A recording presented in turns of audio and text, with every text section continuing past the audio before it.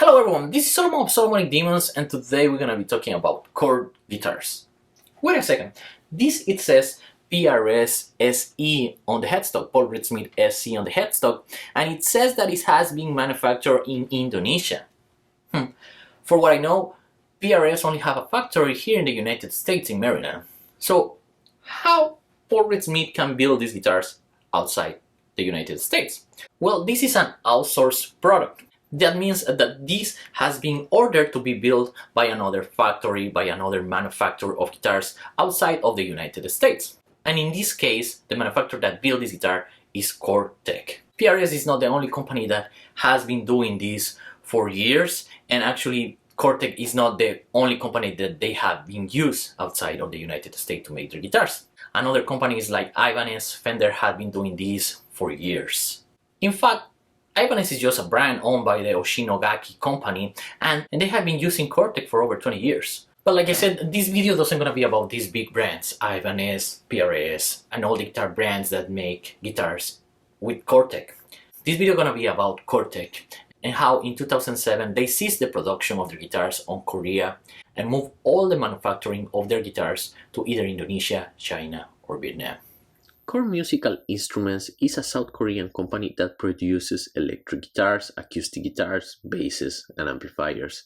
The company was founded in 1960 by Young-gyu Park, who was the father of the current CEO, Young-hoo Park. Initially, the company was called Solo Piano and imported pianos from Japan and Europe to meet the growing demand for musical instruments in Korea. However, the business gradually evolved into a manufacturers and sales divisions and eventually into a guitar manufacturer in 1973. At the time, Solo Piano was an OEM supplier.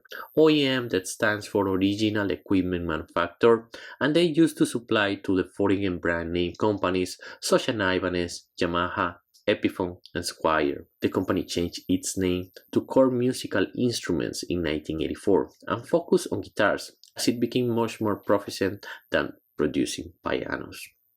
In 1984, Cor released their first Cor branded guitars, which were designed by American luthiers such as Bill Lawrence and Larry Coryell.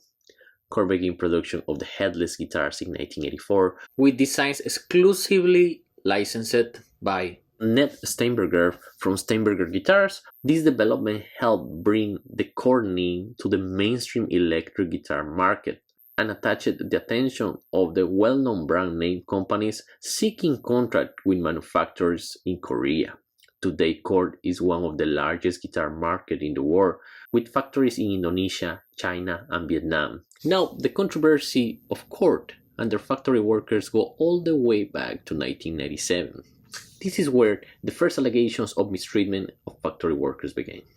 1997, that was a special year for Cor because they opened their first factory on China. Cor stopped adding manufacturing capacity in Korea all the way back to 1992. That's when they searched for new production sites abroad, in part due to a union workers' activity from the Cor employees. Now, from 1997 to 2006, Cor workers in Korea were fired in groups, as the remaining workers were training new Chinese and Indonesian workers. In 2006, Korean Cor-tek workers formed a union due to job insecurity. But it was in 2007, 10 years after all these allegations of mistreatment began, that the worst nightmare of the Cor-tek employees became a reality. It was on April 2007 that, claiming financial troubles, the company fired all their employees and shut down their factory in Daejeon, Korea.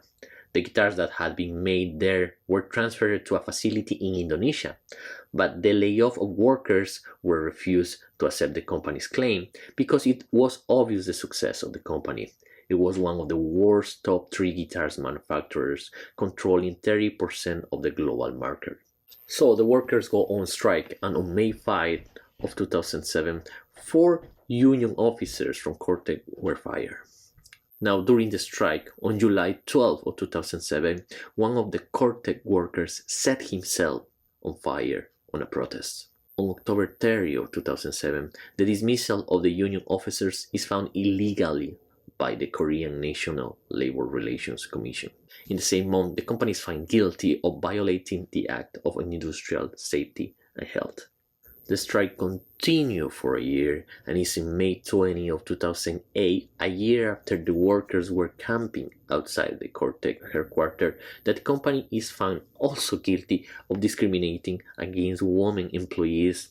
Also, the managers of Cort hired thugs to beat protesters outside the headquarters. Workers conduct a 30-day hunger strike. All the way to October 2008, Korean musicians, artists, and supporters began a public campaign with monthly concerts at Club Bahang in Seoul to support the workers. The workers traveled to the music maze in Frankfurt to publicize the truth about the court to buyers and guitar dealers. Finally, in 2009, the Seoul High Court sided with the layoff workers when they appealed a lower court's decision in their lawsuit, which asked for the layoff to be invalidated. The High Court ruled that the layoff was invalid because there was no reason to think that the company was in a pressing financial crisis. But in 2012, this ruling was reversed by the Supreme Court of Korea, with the argument that the layoff was valid when it was designed to respond to a financial crisis that will occur in the future. Now we are 2024, and this hasn't even occurred yet. The labor dispute at court is the longest labor struggle in South Korean history, finally concluded on April 22 of 2019. 3 of the workers who never stopped asking for their jobs back received an honorary restatement.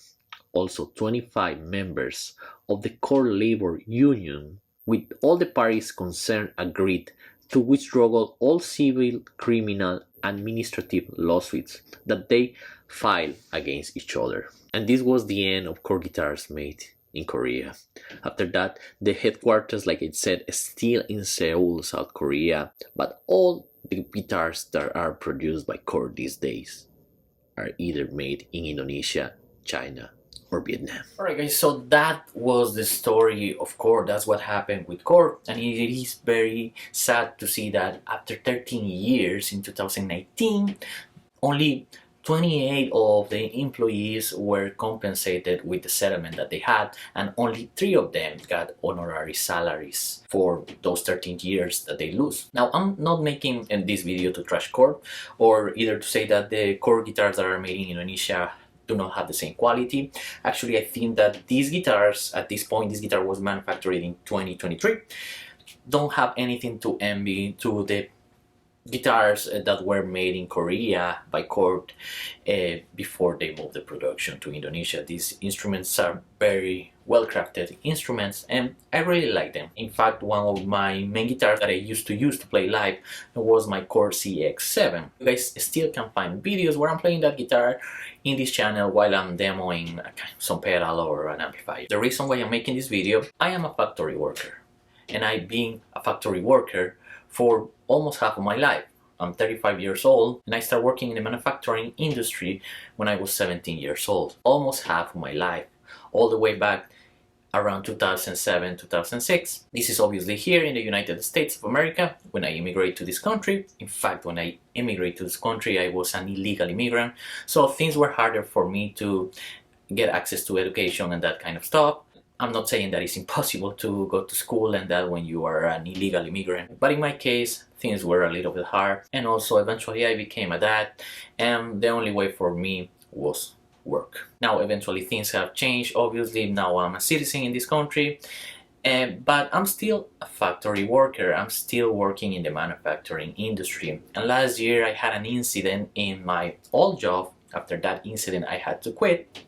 And I used to work for a big company that is part of even a bigger corporation, and one of the biggest corporations of the world, $1 billion company. So, and like I said, I had an incident and I was treated by the management really bad. Even if you guys look my videos around July, August, September, you guys can see that I'm always saying that I'm struggling with my shoulder, because that's what happened at work. You know, I got injured at work, and the only thing that management want me is to go back to work. Even when I was at workers' comp, and the doctors of workers' comp also were pushing for me to go back to work, even if after I told them that I wasn't be feeling good.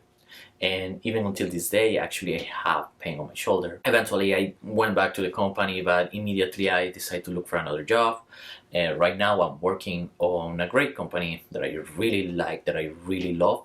It is on the manufacturing industry too, but in this case, it's a smaller company where I do not feel like I'm another part of the equipment that they use in the company to get up the production. I feel like I'm a real person and somebody gonna listen to. So when my incident happened, I always was thinking about what happened to Cort, and at some point I was thinking, when I feel better, I'm gonna have to make a video and talk about it. Yep, this was Solomon of Solomonic Demons. Thank you so much for watching this video. Please take care and bye.